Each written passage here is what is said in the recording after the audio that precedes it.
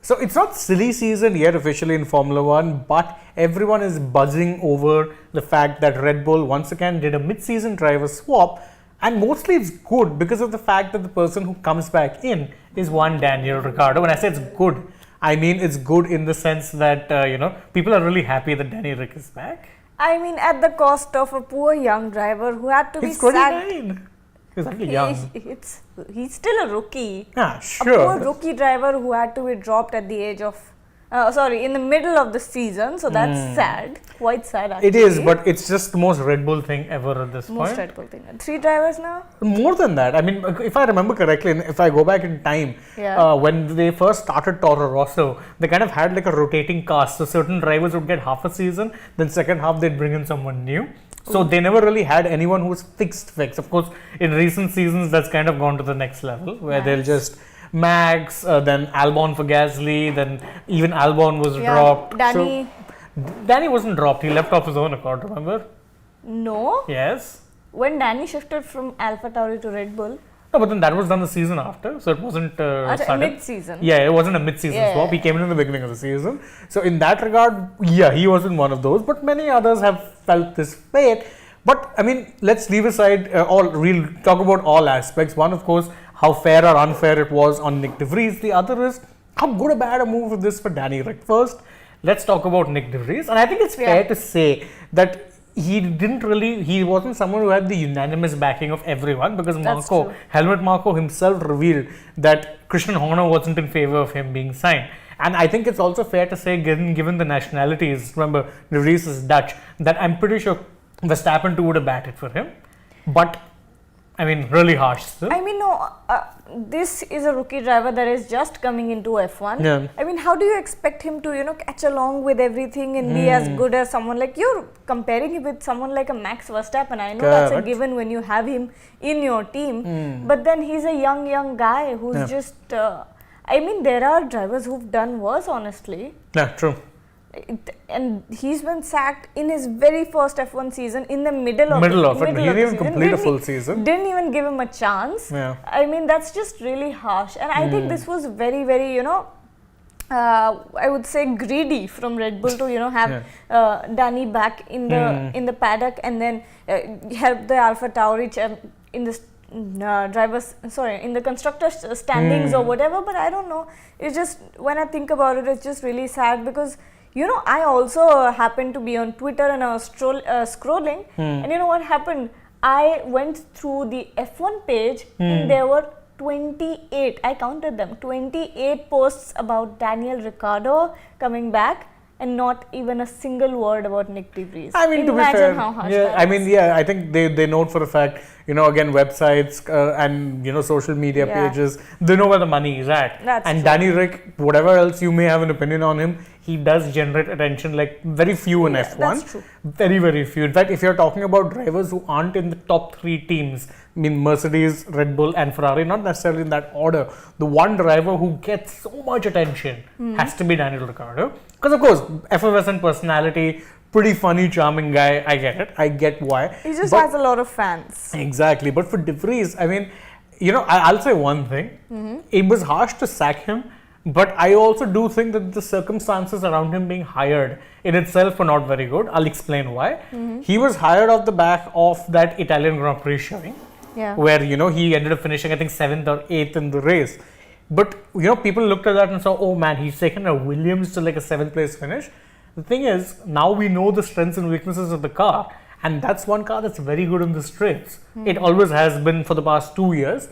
So truth be told, I think they were always going to perform well in Monza. And De Vries did get a bit lucky because that was this race where Albon had, he had an emergency appendicitis issue, had to sit out the race. So they brought in De Vries to sub because, of course, Williams are a Mercedes team customer and De Vries was Mercedes' third driver at that point. So like AlphaTauri and Red Bull have dibs on Daniel Ricciardo, any Mercedes F1 team, any Mercedes customer team can also have access to their reserve drivers, which is why Mick Schumacher was recently testing for McLaren. Yes. Because again, customer teams. So they got the access to De Vries, and let's be fair, he did a very good job. Very short notice, took it to a points finish. But it almost feels like Helmut Marko saw that one race and was like, no, we have to sign him. And it's kind of also a little bit unfair that he was given that chance, and now I think he was not even given the, let's say, rope to kind of improve or whatever, because he obviously, he was not performing great. Let's be fair. His performances has been nothing to write home about. He's being wiped out in qualifying by his teammate. His best finish was 12th. Yeah. And he just wasn't able to string together consistent weekends. So I understand it. I don't agree with it though. I think it was harsh. I think harsh is an understatement here, because it's kind of hard to be, in the shoes of Nick De Vries, who's probably trying his best, and then there's already so much pressure because you're already in a Red Bull sister team. You have Helmut Marko and on your head. Horner on your head, hovering above your head. I mean, that's tough enough as it is. Yeah. But then, and AlphaTauri is a hard car to handle, by the way. Yeah, in the last 2 years, it's been even harder. Like, I remember they were being really good in 21. That was when Gasly was like getting 6th place finishes for fun. Yes. But ever since the new regulations have kicked in, they've just not been able to make a competent car. Yeah, exactly. But then, it is what it is, and it is what it is, unfortunately. Talking about Daniel Ricciardo, the man of the hour. The man of the hour. I think he's suddenly made like everyone look forward to the Hungarian Grand Prix a lot more. Because people are like, oh wow, he's going to be in action in Hungary. Honey and Badger. Yes, you're going to see the Honey Badger back in action at the Hungaroring. The real question Hungaroring. It's called the Hungaroring. Yeah, that's the name of the circuit. What are you saying? Yeah, you didn't know that? Isn't it Hungaroring? No, it's the Hungaroring. So like Hungary, Hungaroring. Yeah, so you've been saying Hungaroring. No, I said the Hungaroring. I think you're not hearing me properly. The Hungaroring. That's what it's called. Okay. Yeah. Maybe this is a debate we should have off camera. Yeah, good idea. Back to the debate in hand. And see, when Ricciardo was offered seats after his McLaren exit, he made it very clear that I don't want to be making up the numbers on the grid. Very, very clearly. Yeah. This AlphaTauri is very much making up numbers on the grid, but with the obvious caveat that if he does well enough, there's at least a chance that he gets that Red Bull chance again. I think that's what, Daniel Ricciardo's main motive when joining AlphaTauri, because there was this interview that he did, and he talked about, would he be accepting a 3-year, by that time, during that time, there were rumors, so this wasn't confirmed at all. So Daniel was being asked about the rumors about possibly signing a contract with AlphaTauri, whatever. So the reporter asked him something on the lines of, what if you get offered a multi-year deal with AlphaTauri? He said, no, I won't accept it. You know why? Because I'm going to AlphaTauri with the prospect of getting promoted to the Red Bull seat. And if they're giving me a multi-year deal, which means that I'll have to stick with AlphaTauri, I'm not going to take that. Obviously. So it's basically, I'm thinking at this point, it's very well understood that,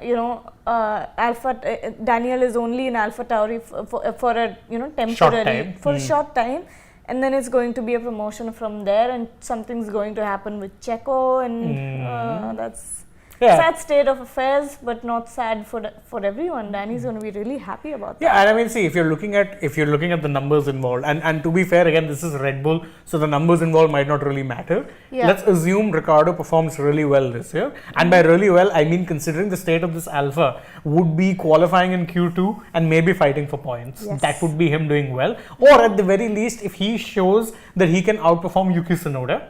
Because if he outperforms Yuki, it's not saying much, but De Vries really was unable to do even that. Yeah. So I think that's a given that Danny will do that. I mean, a lot of people said the same thing about him going to McLaren. As well. But then Lando absolutely wiped the floor with him. They didn't treat him, not you. Yeah? I wasn't in that McLaren seat. Yeah, you wish. Yeah, I wish. But they didn't treat him as the first driver, or they didn't give him any such priority. Look at how Zach Brown treated him after he left. Yeah, but I don't think he's going to be the first driver or given first driver priority even if he makes it back to Red Bull. Max, one of the reasons he left was because he knew the writing was on the wall once Max Verstappen came in and was performing so well. So I think now, even if he does go back, he knows it for a fact that team is not going to be centered around him.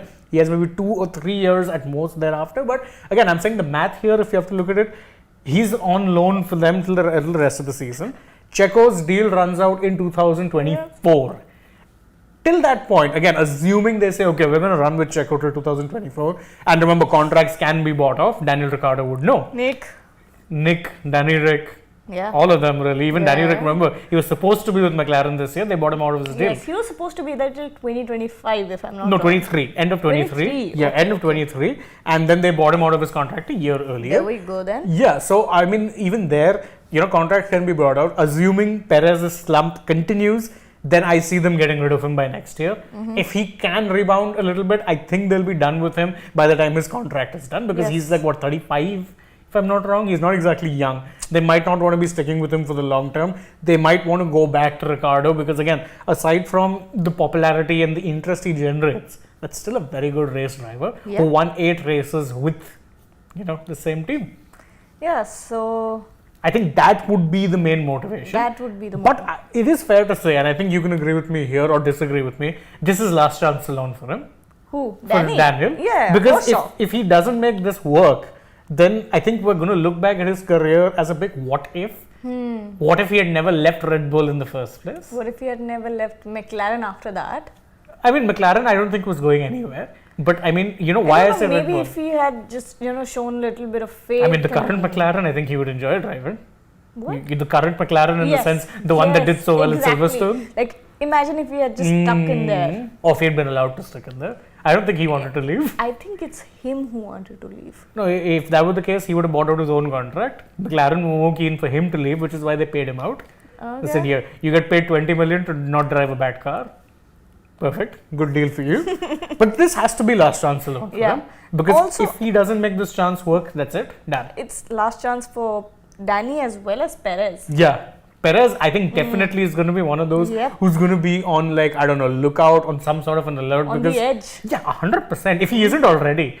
I mean, because his performances haven't been great. I'm sorry. If you have that sort of a car, you should not be failing to make it out of Q1 5 races on the trot. Exactly. I know. And I don't know, Checo seems a bit, confident about his place, because he could be lying for all we know. Yeah, exactly. It could just be him putting on an image. Making up the confidence to, whatever. Fake it till you make it. Fake it till you make it, or portraying a confident image out of it. But he did say that,